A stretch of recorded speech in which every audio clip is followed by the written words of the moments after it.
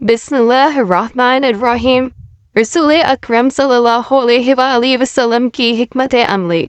एक दिन रसूल अकरम सल्लल्लाहु अलैहि वसल्लम अपने सहाबा के साथ तशरीफ फरमा थे। इतने में एक नौजवान ने आप सल्लल्लाहु अलैहि वसल्लम की खिदमत में हाजिर होकर अर्ज किया, ए अल्लाह के रसूल सल्लल्लाहु अलैहि वसल्लम, मुझे जिना की इजाज़त मरहमत फरमाई जाए।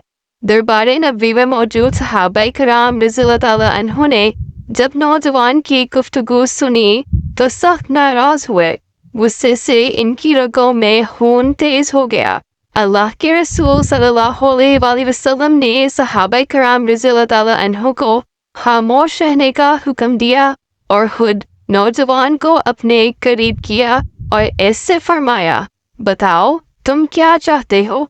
नौजवान कहता है, या रसूलुल्लाह सल्लल्लाहु अलैहि वसल्लम, मुझे ज़िना की इजाज़त मरहमत फरमाएं। रसूलुल्लाह सल्लल्लाहु अलैहि वसल्लम ने नौजवान से कहा, नौजवान, जिस काम की इजाज़त तू मांग रहा है, क्या तू चाहेगा कि तेरी माँ के साथ यही काम किया जाए? नौजवान, कुर्बान जाऊं, ए अल्लाह के रसूल सल्लल्लाहु अलैहि वसल्लम, हरगिज़ नहीं। रसूलुल्लाह सल्लल्लाहु अलैहि वसल्लम, लोग भी अपनी माँओं के साथ ये काम नहीं चाहते। क्या तू पसंद करेगा कि तेरी बेटी के साथ ये काम हो? नौजवान, नहीं अल्लाह के रसूल सल्लल्लाहु अलैहि वसल्लम, अल्लाह की कसम मैं ऐसा नहीं चाहता। मैं आप पर कुर्बान हो जाऊं। अल्लाह के रसूल सल्लल्लाहु अलैहि वसल्लम, लोग भी अपनी बेटियों के लिए ये काम नहीं चाहते। क्या तू अपनी बहन के साथ इस काम से राजी है?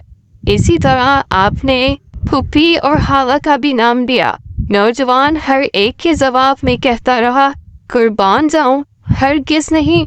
फिर नबी करीम सल्लल्लाहु अलैहि वसल्लम ने नौजवान को समझाया कि बिल्कुल इसी तरह कोई भी आदमी इसे गवारा नहीं करेगा, क्योंकि जब किसी भी औरत से जिना का इर्तिकाब किया जाएगा तो वो किसी की माँ, बहन, बेटी, फूफी या खाला ही होगी।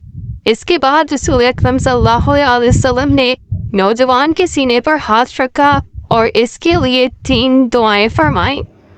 अल्लाहुम्मा मग़फ़िर ज़ंबिही व तहहिर क़ल्बिही व हस्सिन फ़र्जिही।